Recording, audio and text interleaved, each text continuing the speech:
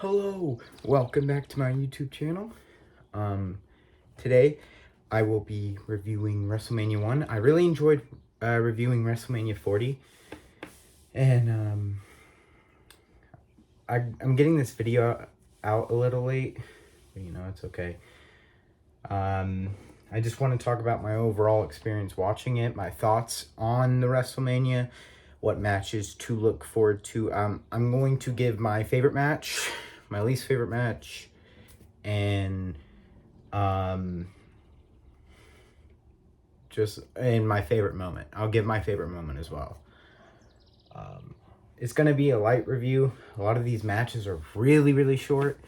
The longest match was the main event, and that was 13 minutes.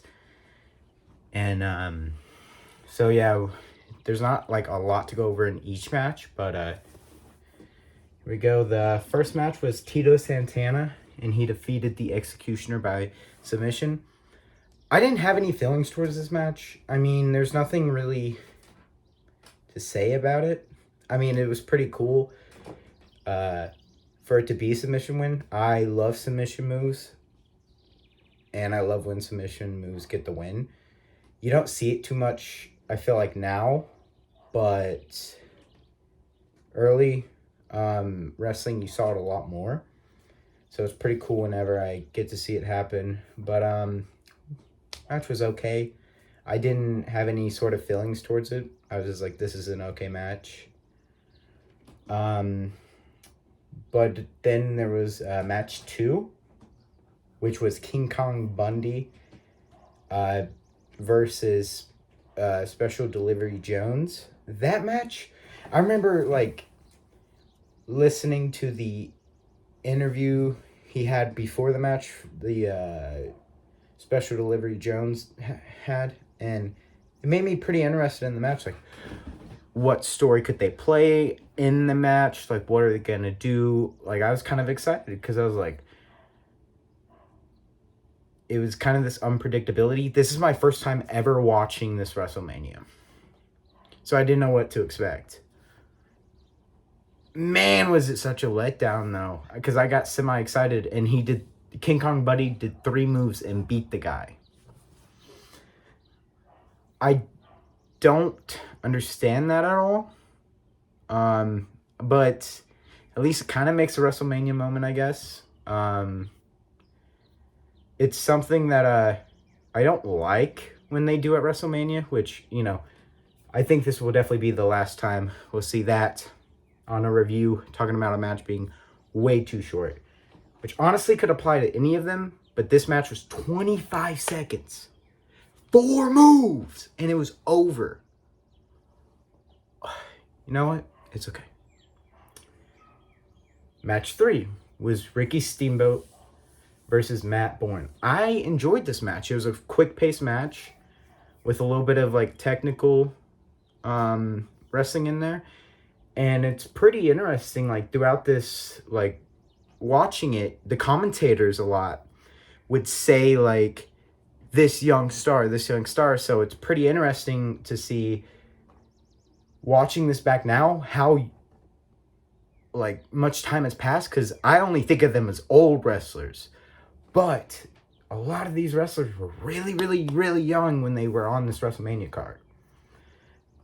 And I just found that a little fascinating, honestly.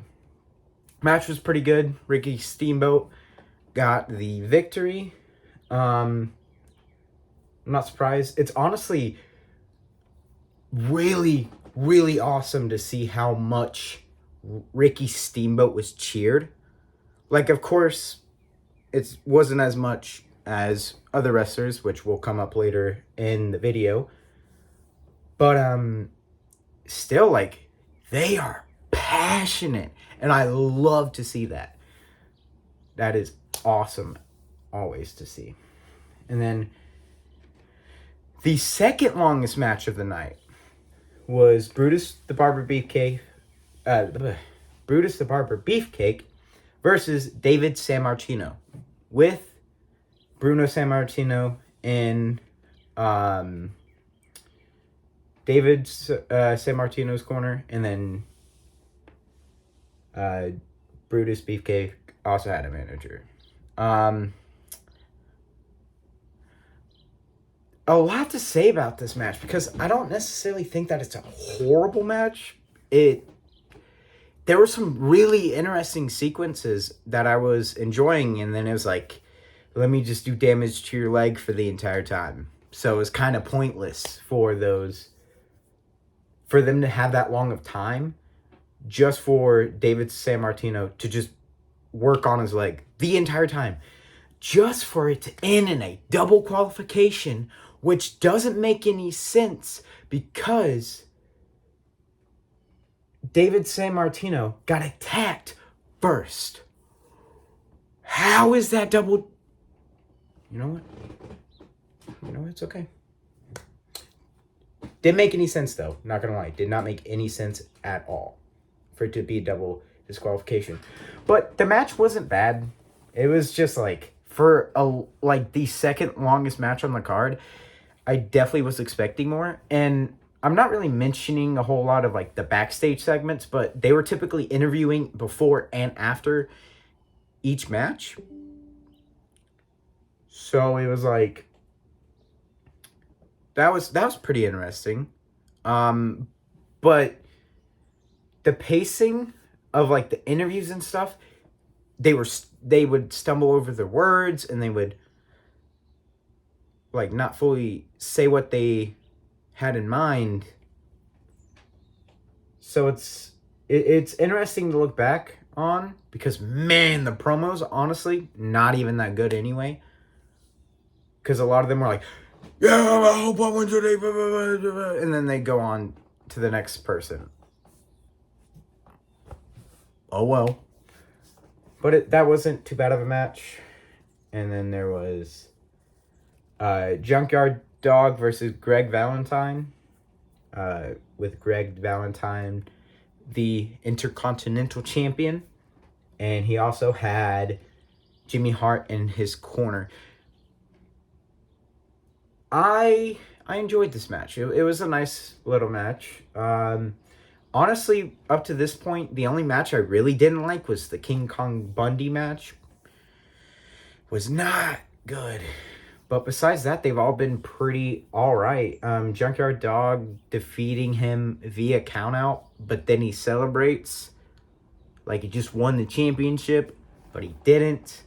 Which I don't understand why, for it to be like this giant spectacle, why would you not have the Junkyard Dog win and be the Intercontinental Championship? Champion, sorry. But to have just the Intercontinental Championship on this card being defended, like no, like WWE Championship, that one's not being defended. So you would think maybe there'd be that moment for him, but they waited later for that, for the women's match, which we'll get into that one. I'm excited to talk about that one. But the sixth match was the Iron Sheik and Nikolai Volkov versus the U.S. Express, Barry Windham, and Mike Rotunda. This is for the Tag Team Championship. And the match was pretty good. Honestly, I think overall, like, this WrestleMania has aged pretty well. Like, the in-ring action is not bad. I wish the matches were longer, of course, because I like a little bit longer matches. But, you know, that's okay. That's something that I'll expect more once we get later into it, because it'll give more time for the matches. But, this match was pretty solid. I don't understand why they didn't break up the tag pin. It kind of seemed like it was botched, like the ending of the match, but I don't know if that's just me overanalyzing it or if I'm just correct. No telling, honestly. Seventh was Andre the Giant versus Big John Studd in a body slam challenge. It was Andre the Giant's career versus Big John Studd. He had 15,000. So it was like, I remember like seeing this match. I don't know if I fully saw it or not, but I always remembered Andre the Giant throwing the money, and he did that because he won and he was a good guy, which is interesting because I don't really think of Andre the Giant as a good guy, but you can see not only here but like overall throughout his entire career, he's been a good guy for like a good portion of that, which is interesting because now WWE, or at least in the future WWE, predicted, not predicted, but made the big strong wrestlers heels most of the time. So it's pretty interesting to see him being a babyface and people cheering and loving Andre the Giant. I'm not too surprised. He is larger than life, and you know, he definitely is a Hall of Famer for a reason. But I did enjoy this match. It was a 5-minute match, which I was not expecting. I was kind of expecting it to be a shorter match, kind of more like King Kong Bundy in his match earlier in the card. But the crowd was really getting behind it, and they were really, really, really rooting for Andre. And that's awesome to see that much enjoyment in a match where to win it, you have to body slam a person. But yeah, Andre the Giant won that. So he continued wrestling and threw the money. And then he had an interview, which I'm giving this moment, the interview moment, as my favorite moment of the WrestleMania, because Andre the Giant finishes talking and then continues going on a rant, and it cuts away, but you can still partially hear Andre the Giant because they haven't quite worked out the production side of it. But I just really enjoyed that. For me, that kind of is early WWE, just not productionally strong, quite the opposite of what it is now. But I thought that was pretty cool to see. And then, oh wait, I forgot to give out my worst match, which was the King Kong Bundy match. That one is definitely the worst match on the card. And then we have Whitney Rickner defeating, I can't say her name, I'm not gonna lie, but for the women's championship. This match, to me, is match of the night. This match, it's awesome to see because it's like, I think when I think of WWE a while ago, I think of more of bad women's wrestling, and that's just ignorance on my part. This match was so good. I was thoroughly enjoying it throughout this entire thing.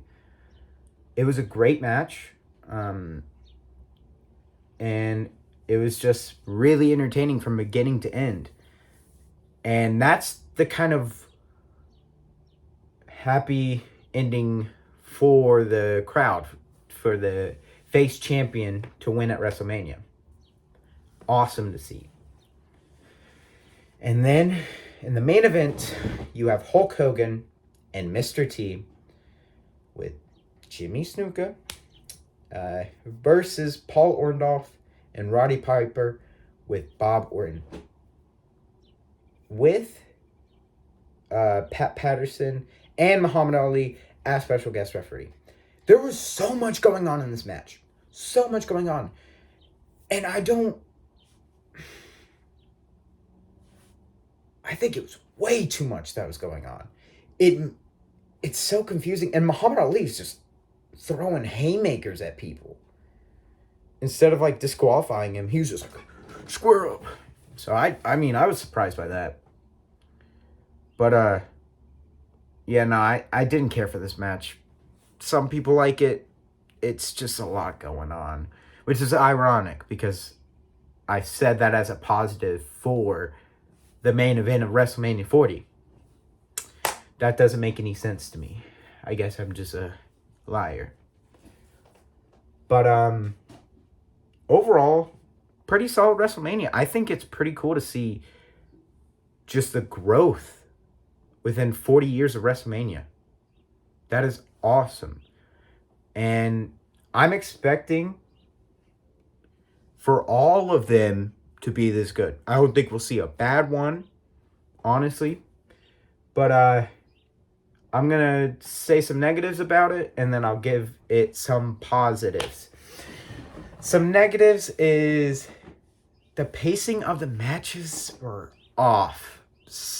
Sometimes they'd feel like really fast-paced and really entertaining, and then sometimes they just felt like they dragged at certain points with the limited amount of time they were given.